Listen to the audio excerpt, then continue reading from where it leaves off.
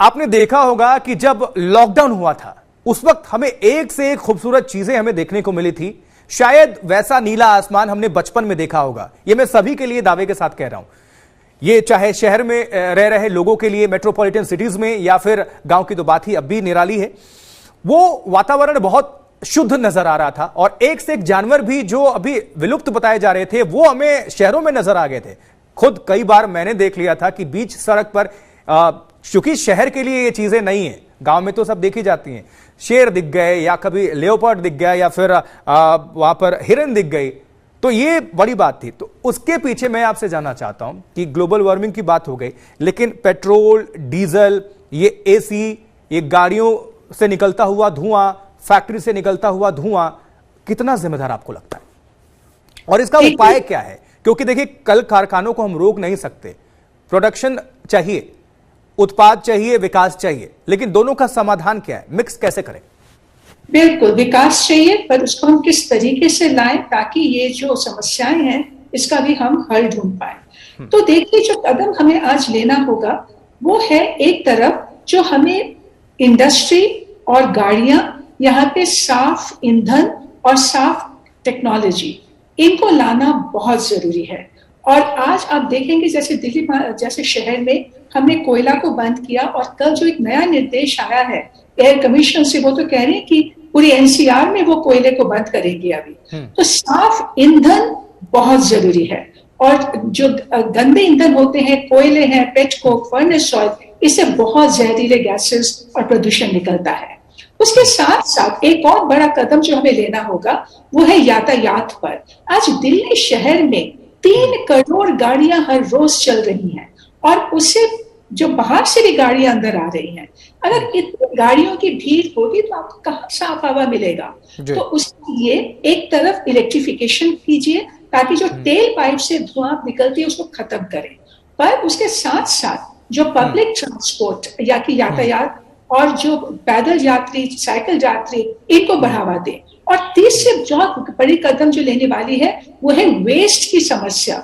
जो गंदगी, उसको हमें खत्म करना होगा, लैंडफिल को हटाना होगा, और जो वेस्ट के लिए हर रोज जो वेस्ट को सेग्रीगेट करके उसकी रिसाइकलिंग, रीयूज करके फिर से उसे इस्तेमाल करें ताकि वेस्ट नहीं, एक रिसोर्स बन जाए।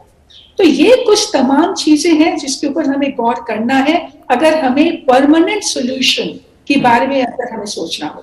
जी अरुमिता जी, इसी बीच दर्शकों के थोड़े हम कमेंट भी ले लेते हैं, बहुत अच्छा लग रहा है, बहुत लोग जुड़ रहे हैं। राजन गणेशा, देखिए हिमाचल प्रदेश से जुड़े हुए, हिमाचल की बात ही क्या अनोखी है, और नाम लेते ही एक गर्मी में कह सकते हैं कि थोड़ा आराम सा महसूस हो रहा है। और नीचे दर्शक लिख रहे हैं कि हिमाचल में भी बारिश भी हुई है जहां वो रह रहे हैं, ठीक है। और कुछ लोग जम्मू से जुड़े हुए कहते हैं यहाँ पे तो टेम्परेचर, हाँ अभी यहाँ भी गर्मी है। और दिल्ली में जुड़े हुए हैं कहते हैं, गाजियाबाद से भी जुड़े हुए हैं, बिहार में दर्शक जुड़े हुए हैं कहते हैं कि 45 डिग्री से ऊपर है सर, निश्चित तौर पर पानी खूब पीजिए भाई साहब। और साहिल अरोड़ा जुड़ते हैं कहां से, बठिंडा से, कह रहे हैं कि 46 के पार है पारा। क्या बात है, तो बहुत गर्मी है, घर में रहें, बहुत जरूरी हो तभी घर से बाहर निकले। औरंगाबाद बिहार 43 डिग्री टेम्परेचर, दिल्ली में तो 46 के आसपास है। और नीचे लिख रहे हैं एक भाई साहब, चंडीगढ़ से लाइव देख रहा हूं आप सभी को, गर्मी यहां बहुत है, आप अपना ध्यान रखें, अपने परिवार का भी ध्यान रखें, और सुखना लेक शाम को चले जाएं, शायद थोड़ी राहत आपको मिलेगी निश्चित तौर पर। अभी मैं भी चंडीगढ़ होके आया हूं, गर्मी बहुत थी। 48 डिग्री कहां का टेम्परेचर है, किसी ने लिखा है बिहार के आरा में हूं, 48 डिग्री, 48 डिग्री यहां पर टेम्परेचर है, बहुत खतरनाक अगर है तो।